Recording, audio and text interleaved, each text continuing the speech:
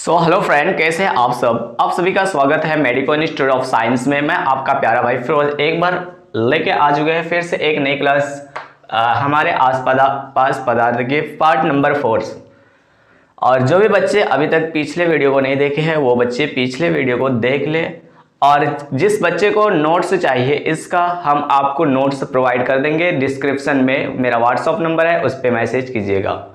तो आज की क्लास को स्टार्ट करते हैं बच्चों। सबसे पहला टॉपिक है आज का हम लोग का वाष्पीकरण को प्रभावित करने वाले कारक। अब बात करेंगे कि वाष्पीकरण को कैसे प्रभावित किया जाता है। तो कौन कौन कारक होते हैं जो वाष्पीकरण को क्या करते हैं, प्रभावित कर देते हैं। देखो बच्चों, तापमान वृद्धि से वाष्पीकरण की दर अधिक हो जाती है। तो बात करें बच्चों, जितना ज़्यादा टेम्परेचर देंगे वेपोराइजेशन यानी वाष्पीकरण उतना ही ज़्यादा होगा, यानी वाष्प उतना ही ज़्यादा बनेंगे बच्चों। क्योंकि देखो अब जैसे कि हांडी में पानी डाल दो और उसमें जितना ज़्यादा हम लोग क्या करते हैं ऊष्मा देते हैं, तो उसमें क्या होता है उससे जितना ऊष्मा देते हैं ज़्यादा उस हिसाब से क्या होता है वेपर जो है ना बहुत ही ज़्यादा यानी वाष्प बहुत ज़्यादा बनता है बच्चों। ठीक है, तो यहाँ तक समझ में आ गया। दूसरा है सतह के क्षेत्रफल से वाष्पन की दर अधिक हो जाती है। तो अगर सतह का क्षेत्रफल एक बर्तन लेते हैं जो छोटा बर्तन है तो उसमें हीट करेंगे तो कम वाष्प बनेगा, और बड़ा बर्तन लेते हैं तो ज्यादा वाष्प बनेगा। ठीक है बच्चों। आर्द्रता में कमी आने पर वाष्पन की दर बढ़ जाती है तथा आर्द्रता में अधिक होने पर वाष्पन की दर घट जाती है। तो अगर आप आर्द्रता का मतलब क्या हो गया, नमी। यानी जैसे कि गर्मी के सीजन में आप देखेंगे कि पानी जो है नदी का बहुत ही ज्यादा सूखता है। क्यों सूखता है, इसके पीछे है रीजन है वाष्पीकरण वहां पे क्या हो रहा है, ज्यादा हो रहा है, क्योंकि आर्द्रता में क्या है, कमी है। वही बात की जाए जो विंटर का सीजन होता है यानी जाड़े का जो मौसम होता है ना, उसमें क्या होता है पानी बहुत ही कम सूखता है। इसका रीजन है वहां पे नमी है और वहां पे क्या हो रहा है, वाष्पीकरण की दर कम हो रहा है। अब दूसरा टॉपिक आते हैं क्वथनांक, जिसको इंग्लिश में बोला जाता है बॉइलिंग। तो बच्चों बॉइलिंग का मतलब हो गया वायुमंडल दाब पर वह तापमान जिस पर द्रव उबलने लगता है उसे क्वथनांक कहा जाता है। जल का क्वथनांक 100 डिग्री सेल्सियस या 373 केल्विन होता है।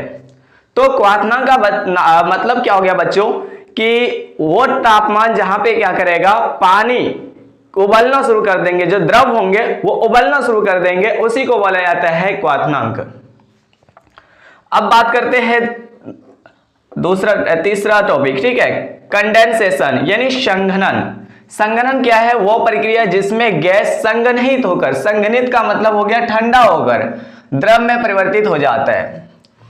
तो जब देखो वेपर बनता है और वेपर बनने के बाद यानी वाष्प बनने के बाद बच्चों देखेंगे कि थोड़ा देर के बाद क्या होता है, हंडी का जो ढक्कन होता है ना वहां पे नीचे बूंद बूंद पानी नजर आते हैं। वो क्या है, वाष्प जो गैस था वो क्या हो गया, ठंडा हो गया, और वह क्या होता है ठंडा होकर नीचे गिर जाता है। तो संघनन द्वारा ही बारिश का जो प्रक्रिया है वो होता है। ठीक है, क्योंकि हमारे जो एटमॉस्फेयर है यानी वायुमंडल है, यहाँ पे बहुत सारे क्या है गैस है। वो गैस और गैस में क्या होता है, नमी होता है, और नमी जब संघनित होता है यानी ऊपर जाने के बाद टेम्परेचर कम होता है, तापमान जब कम होता है तो वो संघनित होता है। संघनित का मतलब ठंडा हो जाता है, और ठंडा होने के बाद वो बूंद बन जाता है बच्चों, और बूंद बन के हम लोग को बादल बन के और वो फिर क्या होता है जमीन पे आ जाता है। तो इस तरह से हम लोग का बारिश होता है, और जो बारिश होता है ना, वर्षा होता है, वो संघनन प्रक्रिया द्वारा ही होता है। अब फोर्थ टॉपिक है गुप्त ऊष्मा। तो गुप्त ऊष्मा क्या होता है, किसी पदार्थ की अवस्था बदलने के लिए जितनी ऊष्मा ऊर्जा की आवश्यकता होती है उसे गुप्त ऊष्मा कहते हैं। तो बच्चों जैसे कि अगर हम लोग अगर द्रव को गैस में बदलना है तो उसमें कुछ ही ना कुछ हीट यानी ऊष्मा देना पड़ेगा। जो भी हीट देंगे ना बच्चों वही क्या है, गुप्त ऊष्मा। जो भी हीट देंगे, जो भी ऊष्मा देंगे वही क्या है, गुप्त ऊष्मा। ठीक है, जैसे कि शादी ब्याह में क्या होता है कभी कभी कि लड़का रुस जाता है, लड़का को जो रुसने के बाद जो थोड़ा रुपया पैसा जो दिया जाता है ना बच्चों, वही क्या है, हीट है, वह ऊष्मा है। ऊष्मा है, जब उसको दे दिया जाता है तो वो क्या करता है, खाना खाने लगता है ना। हाँ, तो उसी प्रकार इसमें होता है कि जो गुप्त ऊष्मा है ना बच्चों, तो उसमें कोई ठोस है उसमें ऊष्मा देते हैं, तो ऊष्मा देते हैं तो वो क्या होता है, ठोस जो है द्रव में परिवर्तित होने लगता है। ठीक उसी प्रकार लड़का को जब पैसा दिया जाता है, जब अंदर ले जाता है घर में खाना खिलाने के लिए, जब पैसा दिया जाता है ना बच्चों, तो वो क्या करता है, खाना जल्दी जल्दी खाने लगता है। तो वहां पे भी वही प्रोसेस होता है, कौन सा, गुप्त ऊष्मा वाला। ठीक है, अब आते हैं प्लाज्मा। प्लाज्मा क्या होता है बच्चों? प्लाज्मा पदार्थ की चौथी अवस्था है। क्या है? प्लाज्मा जो है पदार्थ की चौथी अवस्था है। बल्ब के अंदर नियोन गैस, बल्ब के अंदर कौन सा गैस? Neon gas. और फ्लोरोइस्ट ट्यूब के अंदर हीलियम या कोई अन्य गैस विद्युत ऊर्जा प्रवाहित होने पर गैस आयनीकृत हो जाता है, और आयनीकृत होने से बल्ब के अंदर चमकीला पदार्थ तैयार होता है, जिसे प्लाज्मा कहा जाता है। तो बच्चों जो हम लोग मरकरी बोलते हैं ना, उसके अंदर क्या होता है, या तो नियोन गैस होंगे या हीलियम होगा या कोई अन्य गैस होगा। वो गैस क्या होता है, जब उसमें विद्युत धारा यानी इलेक्ट्रिक करंट जो जाता है, वैद्युत धारा जब प्रवाहित की जाती है, दी जाती है, तो उसमें जो गैस था वो आयनों में टूट जाता है, छोटा छोटा कण में टूट जाता है, जिससे चिंगारी उत्पन्न होती है, और वो चिंगारी जलने लगता है, चमकने लगता है, जिसे प्लाज्मा कहा जाता है बच्चों। ठीक है, यहां तक कॉन्सेप्ट क्लियर है।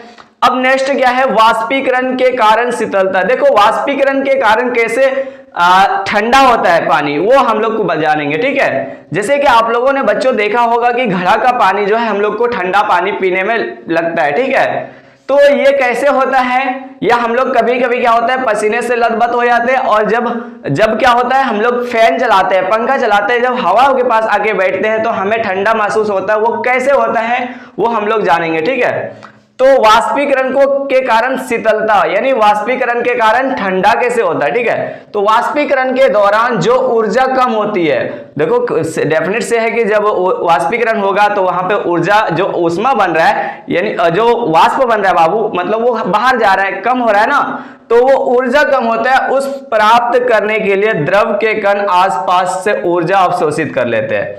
द्रव के कण क्या करते हैं, अगल बगल से जो ऊर्जा था वो अवशोषित कर लेते हैं। इस तरह आसपास के ऊर्जा अवशोषित करने के कारण शीतलता हो जाती है। और इसी प्रकार क्या होता है बच्चों, जो आसपास से वो ऊर्जा अवशोषित करता है ना, तो उससे ही कारण क्या हो जाता है, हम लोग को ठंडा लगता है।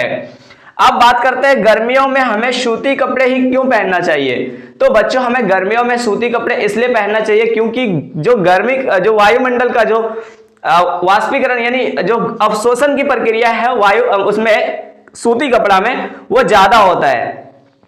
वो वहां पे जब पसीनों को ये क्या करता है, जो सूती कपड़ा होता है वो पसीनों को बहुत ही ज्यादा सोख लेता है। जब पसीनों को सोख लेता है या उसको सोख लेता है या समाहित कर लेता है, तो बच्चों क्या होता है, जब समाहित होने के बाद हम लोग जब उसका वाष्पीकरण होने लगता है, कुछ देर के बाद क्या होता है बच्चों, वाष्पीकरण होने लगता है, और वाष्पीकरण होने से ही क्या लगता है, हम लोग को ठंडा लगता है।